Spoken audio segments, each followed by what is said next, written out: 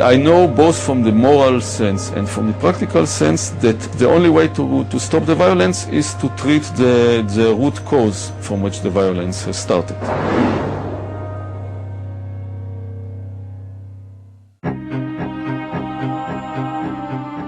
The number one myth that Westerners have about this conflict is that Arabs and Jews have been fighting for thousands of years and they're going to continue to fight. This is really quite bizarre because all it takes is a little bit of reading of history to find out that this just isn't true. There is no congenital historical enmity between the Arabs and the Jews. The Jews flourished in the Arab world at a time when they were being persecuted throughout all of Europe. At the end of the 19th century, because of anti-Semitism in Europe, European Jews began to try and figure out a solution to the Jewish problem. A very small minority adhered to Zionism, the idea that the only place in which they could be safe is within the Jewish state. Zionist Jews actually had a design on the land of Palestine, the idea of creating a homeland for Jews in the land of Palestine.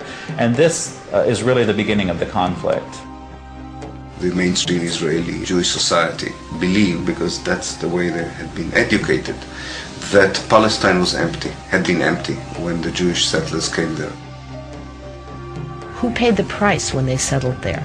Is it really true that Israel was a land without a people for a people without a land? Palestine was not empty. It was a land populated by Arabs who had a high level of culture, high level of education.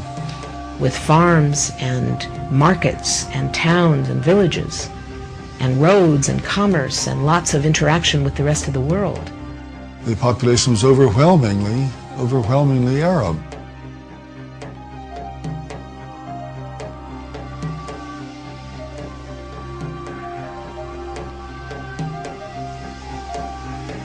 Jewish immigration increased under British rule following World War I, when Britain implemented the Balfour Declaration, promising a Jewish homeland in Palestine. This measure conflicted with Britain's previous promise of self-rule for Arab inhabitants throughout the region. Britain was basically extremely supportive of the Zionist movement. It helped to establish all of the structures of a state. At the same time, the Arabs of Palestine were denied the right of self-determination.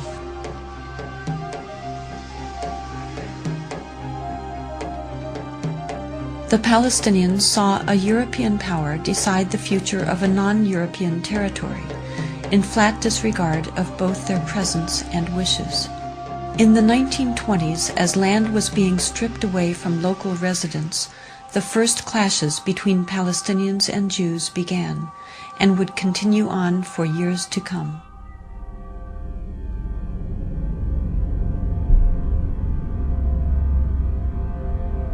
Until the early 1930s, the Jewish population of Palestine remained under 17%.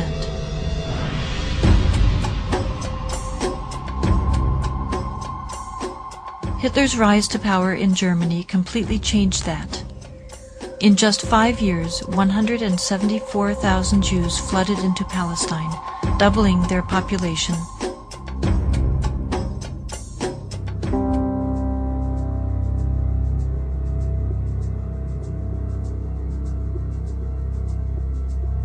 As the world attempted to make amends for the horrors of Nazi genocidal policies, efforts to make Palestine a Jewish homeland increased. The Palestinians, they were not the Nazis. They were not responsible for the Holocaust. But they were the ones who paid the price. In 1947, with the conflict spiraling out of control, Britain decided to turn the problem of Palestine over to the United Nations.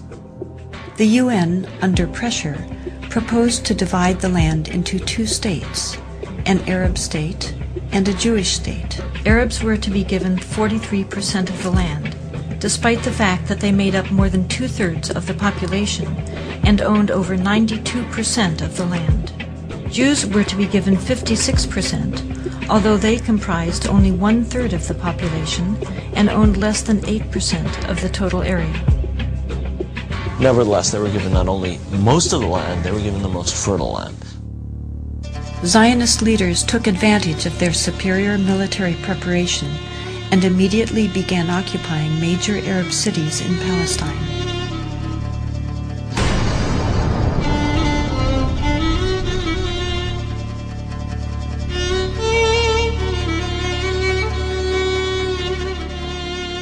I was among the people that conquered Akko.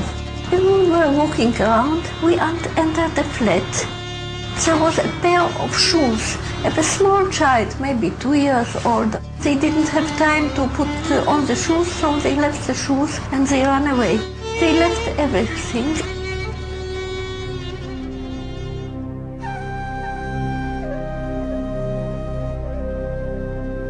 We found out that there was a systematic expulsion of Palestinians, and there was, as I said, there was an ethnic cleansing operation taking place. The most infamous campaign was the massacre at the village of Deir Yassin, where over 100 men, women, and children were systematically murdered. هذا البيت ما كان متخبين فيه أنا وولادي وأخويا موسى. ما كان لي أنا عندنا أخوي موسى مشان نتونس بالله فيه. هذا البيت. أجوا قالوا لما كنا بالبيت كنا مش كسر الخبطنا الكنبلة وجينا ست صوبتنا وبنت الصوابت اللي مسحوا ولادي وكانوا بعد ما راحت المراكة الحالة كانت كسروا الباب عليهم وطلعونا بدهم يقتلوا أخوي موسى ضربوا فيه على وجهه اللي يقتلوه وتناولت 250 ليرة من عدة وقلت يا خواجة بس مشان الله هالطالب بدها ست قلت للشي قال لي كتير انت كويس هات المصاري وهرس في اخوتي الحنو شو تسوي في اخوتي الحنو اجراك يا ويلي هي زبطت على الصلاة تحلم وظلت اليهود حط لك الخمسين ويكون راسك في موسى قدام حط لك 5 مليون تحت راسها.